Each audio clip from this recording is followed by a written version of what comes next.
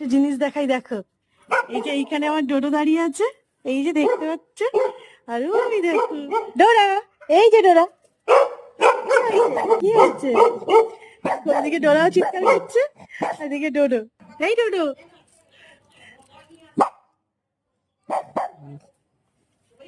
কি হয়েছে? কি হয়েছে ডোডো?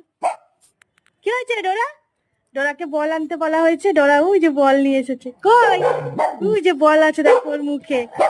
এই যে, হ্যাঁ।